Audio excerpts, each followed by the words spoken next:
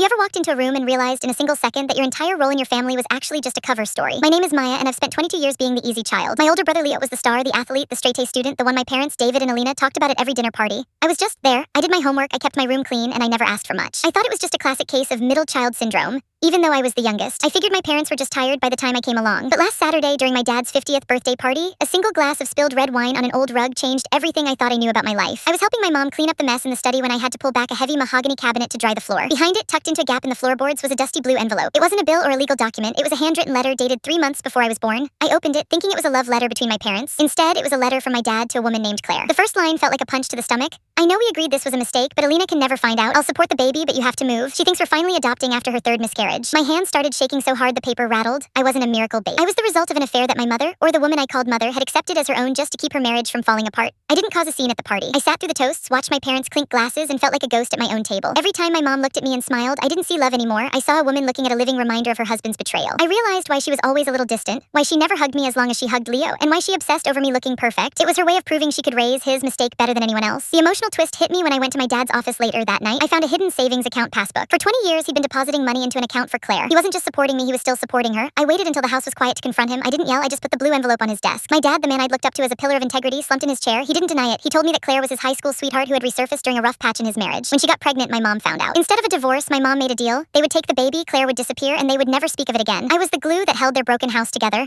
I wasn't a daughter to them, I was a peace treaty. My mom walked in halfway through the conversation and her face didn't break. She just said, I gave you my name, Maya, that should be enough for you. The shocking ending, I tracked down Claire. I expected a woman who would be desperate to see me, someone who had spent 20 years regretting her choice. I found her living a very comfortable life in a neighboring city. When I knocked on her door and told her who I was, she didn't cry. She didn't hug me. She looked at her watch and said, I signed the papers, Maya. Your father paid for my house and my business. We have a contract. I realized then that I wasn't just a secret, I was a transaction. My parents bought a solution to their marriage, and my biological mother sold her rights for a comfortable life. Today, I've moved out and blocked all of them. I'm starting over not as a mistake or a contract, but as a person who belongs to nobody but herself. It's a quiet ending, but for the first time in 22 years, I'm not playing a part in someone else's script.